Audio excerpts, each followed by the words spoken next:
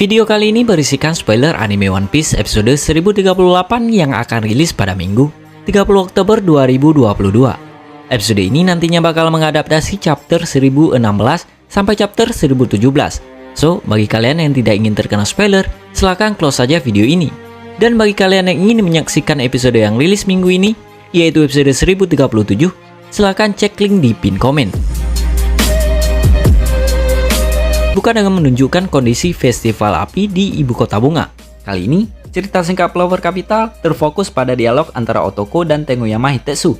Hitetsu bercerita bahwa festival api adalah perayaan untuk mengenang orang-orang yang telah meninggal dan berharap arwah mereka bisa pergi ke surga dengan tenang. Di momen itu, Toko teringat sosok sang ayah, Shimotsuki Yasui, yang meninggal setelah dieksekusi oleh Orochi. Tenguyama pun memastikan bahwa Yasui pasti bisa melihat apa yang sedang terjadi di Wano dan terus mengawasi Otoko dari alam baka. Setelah momen singkat di Flower Capital, adegan kembali ke Onigashima yang sedang melayang menuju Flower Capital.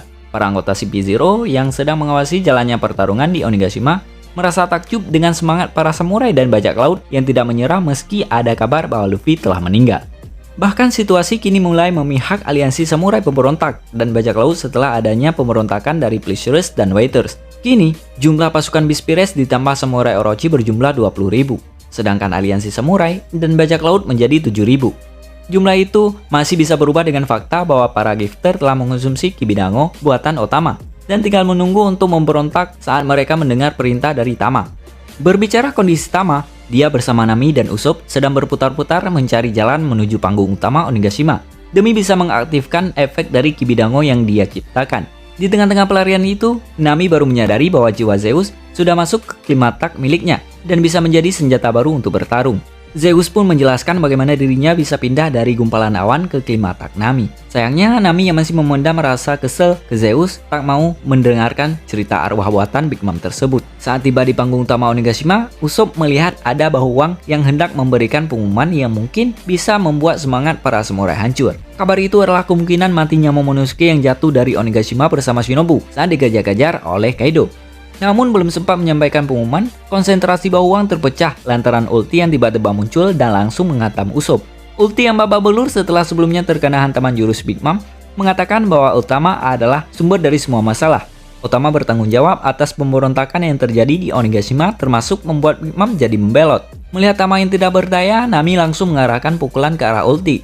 Dan di momen itulah Zeus memberikan bantuan. Klimatak Nami berubah bentuk jadi palu gada yang sukses mengenai kepala ulti meski tidak membuat ulti terhempas. Kerjasama antara Nami dan Usopp pun tersaji saat Usopp menembakkan peluru Green Star Sargasso yang memisahkan ulti dengan Tama dan membuat kesempatan bagi Nami untuk menunjang ulti dengan jurus petirnya. Jurus Raite pun dilancarkan dan meski ulti sempat menghindar, serangan Nami tetap kena sasaran lantaran Zeus hadir untuk memberi bantuan. Ulti pun terkapar dan bahu Wang tidak sengaja mengumumkan momen tersebut. Dia bahkan mengumumkan bukan hanya ulti yang kalah, melainkan juga Pekuan yang sebelumnya telah diajar oleh Big Mom. Kabar mengejutkan itu membuat kru Beast Pirates kaget bukan main, dan mereka mulai khawatir dengan situasi pertarungan di Onigashima. Dan saat semua orang sedang terkaget-kaget, Usopp sukses menangkap bahu Wang dan memberikan kesempatan pada Otama untuk mengaktifkan efek Kibidango-nya. Pertarungan ayah dan anak pun akan tersaji di puncak tengkorak Onigashima. Yamato sudah bertekad untuk memutus tali keluarga dengan Kaido. Dia menghunuskan palu gadanya ke hadapan sang ayah. Kaido mengatakan bahwa Yamato tidak akan mungkin bisa mengalahkan dirinya karena level mereka berbeda jauh. Yamato pun sadar dengan hal itu dan mengatakan bahwa apa yang dia lakukan sekarang adalah mengulur waktu sampai Luffy bisa kembali ke Onigashima. Yamato mengatakan Luffy adalah sosok yang ditunggu Kozuki Oden selama ini dan dia pasti bisa mengalahkan Kaido. One Piece episode kali ini pun ditutup dengan deklarasi Yamato bahwa dia akan berlayar ke lautan bersama Luffy, dan itu akan dia lakukan setelah Kaido kalah dan terusir dari negeri Wano. Yang menjadi fokus utama dalam episode kali ini adalah pertarungan antara Jinbe dan Wushu. Ini adalah pertama kalinya dalam beberapa episode terakhir pertarungan Jinbe versus Wushu diperlihatkan oleh Eiichiro Oda. Dalam pertarungan itu, Jinbe merasa kebingungan dengan sikap Wushu yang sangat membenci dirinya. Padahal dia tidak pernah ada masalah pribadi dengan Wushu.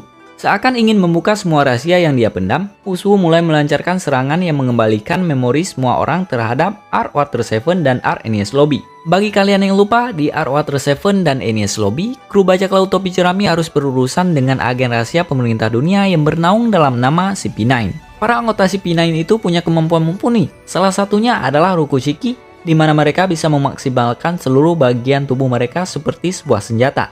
Nah, kembali ke Jinbe versus Wushu.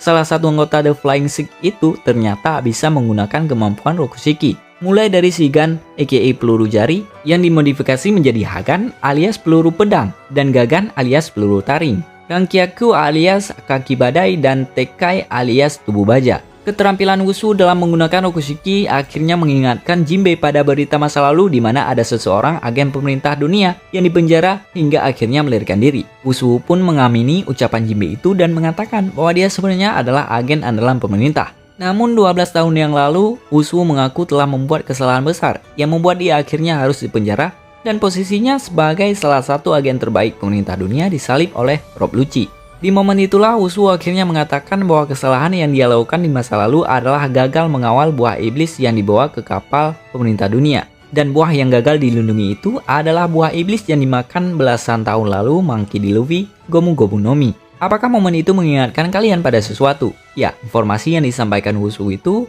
membawa kita semua ke momen saat Luffy dimarahi Shanks lantaran memakan buah Gomu Gomu. Kalian ingat kapan momen itu terjadi? Ya, di chapter pertama dari komik One Piece. Saat itu, Shanks dan anak buahnya kaget melihat lengan Luffy yang bisa memanjang dan Luffy pun mengaku baru saja memakan buah yang rasanya sangat tidak enak. Ternyata buah yang dimakan Luffy adalah Gomu Gomu no Mi yang menurut perkataan Lakiru direbut oleh bajak laut rambut merah dari kapal musuh. Dan menyambung ucapan Wushu di episode yang lalu, kapal musuh yang saat itu diserang oleh Shanks adalah kapal pemerintah dunia yang dijaga oleh dirinya.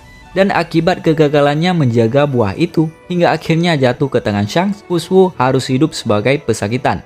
Belasan tahun kemudian, tepatnya 2 tahun lalu, Wushu yang sudah kabur dari penjara melihat sosok Luffy yang saat itu menjadi salah satu bajak laut muda menjanjikan.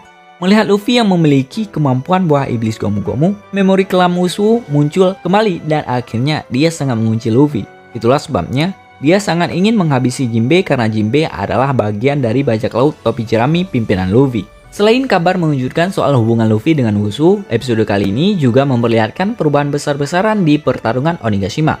Otama akhirnya sukses mengaktifkan kemampuan buah iblisnya dan membawa semua gifter yang sudah memakan Kibidango buatannya membelot dari Kaido dan kini berada di sisi aliansi bajak laut dan samurai pemberontak.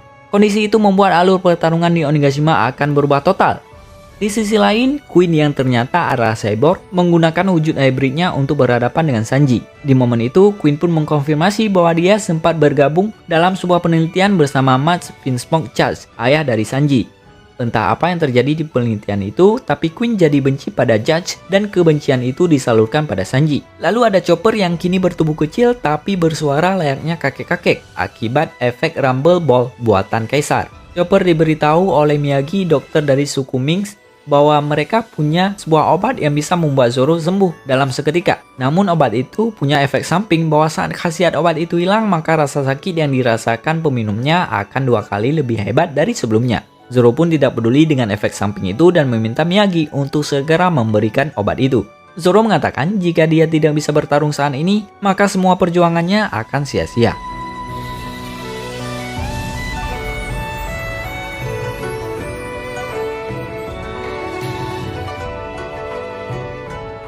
Scene berganti ke lantai 4. Di sana kita melihat Jinbe dan Wushu masih bertarung. Wushu berkata, "Aku tak tahu apa yang terjadi, tapi sepertinya aku tak bisa main-main lagi denganmu sekarang."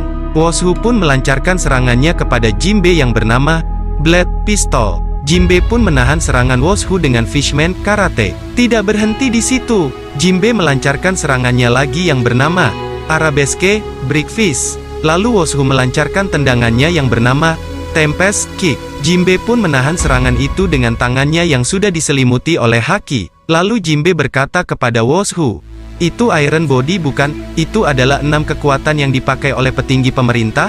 Aku dulu ingat soal anggota pembelot CP9, agensi mata-mata rahasia itu kabur dari penjara. Ide seorang petinggi yang ditangkap memang terasa aneh bagiku." Wushu menjawab sambil tertawa, "Aku tak percaya kalau kau tahu semua cerita itu." "Yah, itu memang benar. Dulu kita tak pernah bertemu langsung. Tapi aku senang dengan situasinya sekarang. Dulu aku menderita karena kesalahan yang kulakukan 12 tahun yang lalu." Jinbe berkata, aku dulu dianggap sebagai potensi yang besar, seorang rival seorang jenius, Rob Lucci. Mereka berdua pun selesai dengan ngerumpinya dan mulai bertarung lagi. Lalu Woshu melancarkan serangannya yang bernama Fang Pistol. Jinbe pun menghindari serangan itu lalu berkata, aku bisa melihat bakatmu, kau memakai variasi dari 6 kekuatan yang belum pernah kulihat. Situasimu kedengarannya memang sangat disayangkan, tapi itu sepertinya tak ada hubungannya denganku. Woshu lalu menjawab, justru sebaliknya, kau baru saja bilang kalau kau anggota bajak laut kru Mugiwara. Nama itu selalu mengingatkanku pada masa laluku yang pahit 12 tahun yang lalu. Aku gagal menjaga buah iblis yang sedang dipindahkan di kapal pemerintah. Aku terkejut saat Luffy si Mugiwara muncul terkenal 2 tahun yang lalu. Saat itulah aku tahu buah gomu-gomu yang dicuri telah dimakan olehnya. Scene berpindah ke dalam kastil. Di sini kita melihat 300 gifter masih mengamuk menghajar para keroco Kaido. Kekacauan pun masih berlanjut. Di sana para keroco Kaido yang melihat Usopp, Nami dan Otama melarikan diri berkata, bocah itu penyebabnya. Dia pasti punya kekuatan aneh. Menurutmu apakah kita bisa menghentikannya dengan membunuhnya? Lalu Usopp berkata sambil berlari, ini gawat. Mereka mengincar Otama. Tiba-tiba Daifugo datang untuk menghentikan para keroco itu dan menghajarnya. Di sana juga kita melihat Horsella yang datang membantu Usopp, Nami dan Otama. Horsella berkata, tuanku, naiklah. Lalu Nami dan Otama pun menunggangi Horsella. Horsella berkata, semua berjalan sesuai rencanakan tuanku. Gifter pelari juga berkata, aku juga menemukan Komachio pingsan di belakang. Tapi kau tak perlu khawatir, serahkan saja pada kami, Master. Otama pun merasa senang Komachio masih hidup. Akan tetapi di sana ada yang terabaikan, yaitu Usopp. Usopp berlari sambil menangis dan berkata, jangan tinggalkan aku. Biarkan aku naik juga. Lalu Usopp pun sudah menunggangi Horsella. Nami berkata, kemampuan Otama benar-benar menakjubkan. Usopp menjawab sambil ngos-ngosan, betul, yang awalnya musuh sekarang jadi sekutu. Tiba-tiba Zeus berkata, jadi bagaimana Nami? Bolehkah aku jadi pelayanmu lagi? Nami menjawab, yang benar saja. Tidak. Lalu Nami berkata lagi, kita malah bisa jadi partner, bagaimana menurutmu? Zeus pun langsung bahagia dengan mata lope-lopenya setelah mendengar perkataan Nami. Lalu Zeus menghajar para keroco yang menghadang dan berkata, minggir kalian semua, partner Nami mau lewat. Di sisi lain kita melihat para gifter yang jadi sekutu masih mengajar para keroco Kaido dan berkata, bantu para samurai mengalahkan Kaido. Para keroco berkata sambil ketakutan, mereka semua jadi gila. Scene berpindah ke tempat para Sipinol.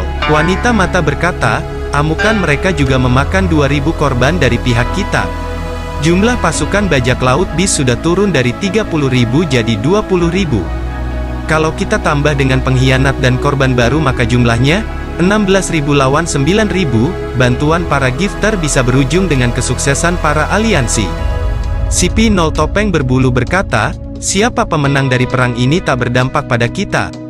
Kita hanya memastikan kematiannya. Apakah kita sudah pastikan identitasnya? Walaupun itu dia, semua informasi rahasia yang dia punya harusnya juga sudah kadaluarsa. Keselamatannya tidak akan mengancam Sekai Seifu. Para Sipinol berkata, membiarkan buronan selamat bisa mendatangkan masalah baru. Tapi siapa yang bisa jamin dia akan hidup sampai besok? Yang sedang dia hadapi, Jinbe pula. Scene berpindah ke lantai 4. Di sini kita melihat Woshu yang sedang melancarkan serangan kepada Jinbe yang bernama Moon Wolf. Jinbe berkata, jadi itu artinya kau menyimpan dendam kepada Luffy? Woshu menjawab, masalahku adalah dengan orang yang mencuri Gomu Gomu no Mi, yaitu Akagami no Sangs. Lalu Woshu menyerang Jinbe sambil berkata, Luffy memakai topi jerami yang sama, dan dia juga yang mendapatkan kekuatan Gomu Gomu, jadi wajar kalau kebencianku menjalar padanya. Lalu Woshu menyerang dengan teknik yang bernama Fang Cavalry Flash. Jinbe pun menahannya dengan tangan yang sudah diselimuti haki, dan mengangkatnya lalu membantingnya ke bawah dengan teknik yang bernama Fishman Jujutsu, FTD Shoulder Throw. Woshu pun terhempas ke bawah. Tidak hanya di situ, Jinbe lalu menyerangnya lagi dengan peluru air secara bertubi-tubi. Akan tetapi Woshu masih bisa berdiri lagi dan berkata sambil kesakitan, sial, sakit tahu. Lalu Woshu berkata lagi, yang ingin kutanyakan padamu adalah saat di penjara dulu aku mendengar cerita. Aku diejek untuk berdoa memohon ampunan kepada seseorang. Konon para budak zaman dahulu percaya, dengan legenda seorang kesatria yang akan datang menyelamatkan mereka. Mereka memanggil dia, Dewa Matahari Nika. Konon dia akan mendatangkan senyuman di bibir mereka dan membebaskan mereka dari penderitaan. Tapi siapa yang tahu dia memang ada atau tidak? Lalu Woshu menyerang Jinbe lagi sambil berkata, pengadilan kejamku diundur sangat lama, jadi aku percaya pada legenda itu. Aku tak peduli dengan kebenarannya, aku cuma ingin selamat. Lalu Jinbe membalasnya dengan tinjunya dan berkata, lalu apa hubungannya denganku? Woshu menjawab sambil teriak, kau pemimpin bajak laut matahari. Ku dengar krunya terdiri dari bekas budak. Selain itu, bukankah sejarah Fishman adalah perbudakan? Lalu Woshu menyerang Jinbe dengan jari telunjuknya yang bernama Finger Pistol. Jinbe pun terkena serangannya. Tidak berhenti di situ, Woshu menyerangnya lagi secara bertubi-tubi, hingga membuat Jinbe merasa kesakitan. Woshu berkata sambil menyerang Jinbe, penjaga yang menceritakan tentang Nika padaku lenyap beberapa hari kemudian tanpa jejak. Aku tebak, mungkin cerita itu bukanlah cerita yang boleh disebarluaskan. Dan mendengarkannya juga bisa menjadi ancaman buatku. Jadi aku mempertaruhkan diri untuk kabur. Menarik bukan? Aku ingin dengar apa yang kau tahu soal itu. Lalu Jinbe menghajar balik Woshu hingga membuatnya terhempas. Jinbe pun menyerangnya lagi dengan Fishman Karate. Tidak hanya di situ, Jinbe meninjunya lagi dengan teknik Shark Grip. Lalu Jinbe berkata, tak ada yang ingin kukatakan padamu. Rasakan ini. Jinbe pun menyerang Woshu dengan teknik terkuatnya yang bernama Gargoyle Tail Fish. Serangan Jinbe pun membuat Woshu terhempas jauh tak sadarkan diri. Lalu Jinbe berkata, jika kau ingin berkomentar sejarah seseorang sebaiknya jangan setengah-setengah.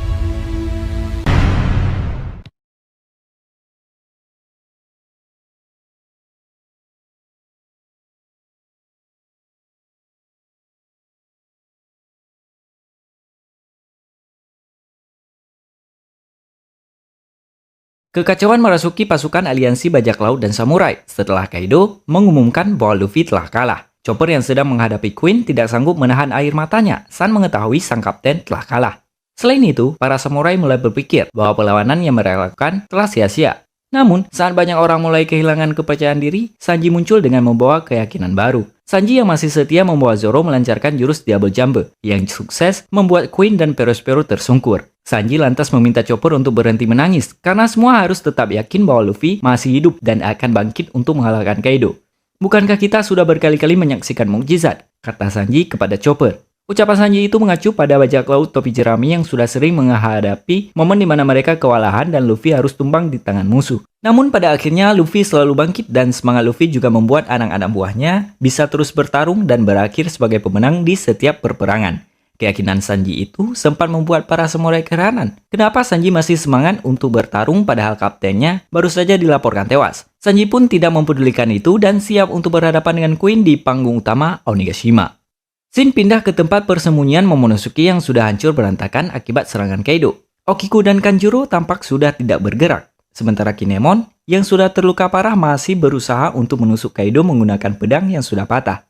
Kin tampak berusaha mengulur waktu agar Momonosuke dan Shinobu bisa kabur dari kejaran Kaido. Namun usaha itu tampaknya kurang berguna lantaran kondisi Kin yang sudah bersimpah darah. Kaido pun menyebut bahwa usaha Kin tidak akan berguna, karena hasil akhir akan tetap sama, yaitu Momonosuke akan mati di tangan Kaido. Kaido pun mengambil pedang milik Kin dan langsung menancapkannya ke tubuh Kin. Kin yang sudah tidak berdaya langsung terkapar di tanah, dan Kaido melanjutkan perburuan terhadap Momonosuke. Di momen pelariannya, Momonosuke memegang salah satu maris dan hendak menyampaikan sebuah pengumuman pada semua orang yang ada di Onigashima. Sambil menangis, Momo mengumumkan bahwa Luffy masih hidup. Suara yang dia dengar di episode yang lalu ternyata adalah suara dari Luffy yang kini tenggelam di Lautan Wano. Momo dan Luffy menggunakan kemampuan Voice of All Things untuk saling berkomunikasi dan Luffy ingin Momo menyampaikan kabar bahwa dia masih hidup. Luffy tidak mau para pejuang kemerdekaan Wano jadi patah arang dengan kabar yang disampaikan Kaido. Luffy pun meminta semua orang untuk tetap bertarung sekuat tenaga dan tetap percaya bahwa dia akan bisa mengalahkan Kaido.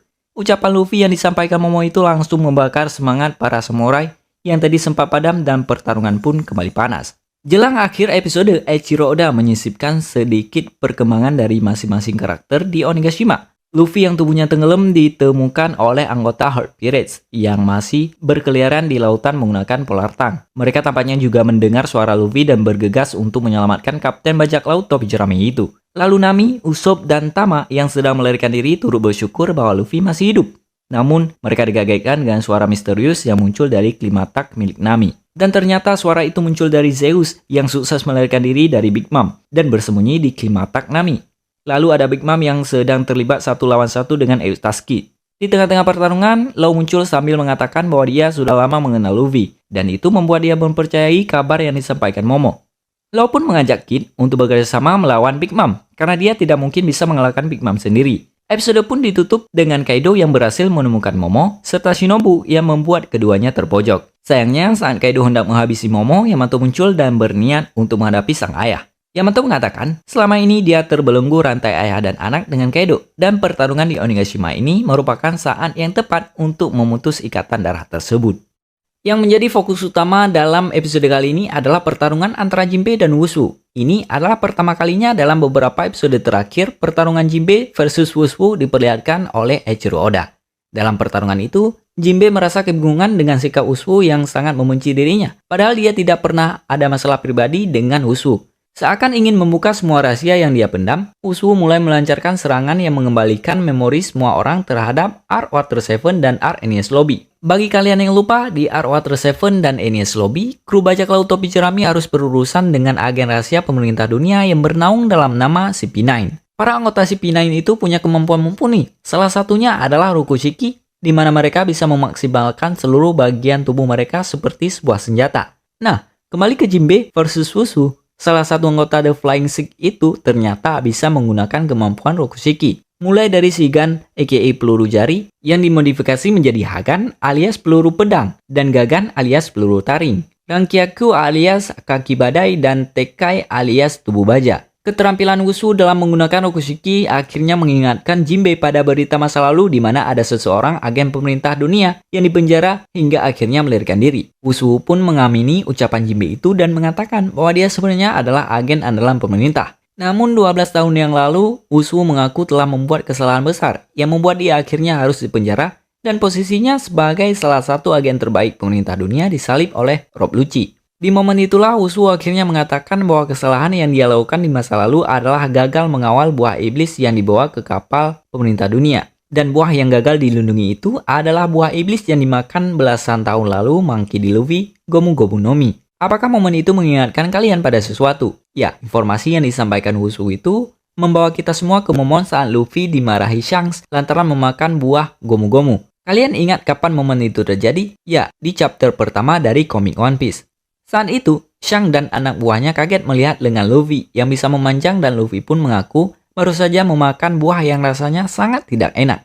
Ternyata buah yang dimakan Luffy adalah Gomu Gomu no Mi yang menurut perkataan Lakiru direbut oleh bajak laut rambut merah dari kapal musuh. Dan menyambung ucapan Wushu di episode yang lalu, kapal musuh yang saat itu diserang oleh Shanks adalah kapal pemerintah dunia yang dijaga oleh dirinya. Dan akibat kegagalannya menjaga buah itu, hingga akhirnya jatuh ke tangan Shanks, Wushu harus hidup sebagai pesakitan. Belasan tahun kemudian, tepatnya 2 tahun lalu, Wushu yang sudah kabur dari penjara melihat sosok Luffy yang saat itu menjadi salah satu bajak laut muda menjanjikan. Melihat Luffy yang memiliki kemampuan buah iblis Gomu Gomu, memori kelam Wushu muncul kembali dan akhirnya dia sangat mengunci Luffy. Itulah sebabnya, dia sangat ingin menghabisi Jinbe karena Jinbe adalah bagian dari bajak laut topi jerami pimpinan Luffy. Selain kabar mengejutkan soal hubungan Luffy dengan Wushu, episode kali ini juga memperlihatkan perubahan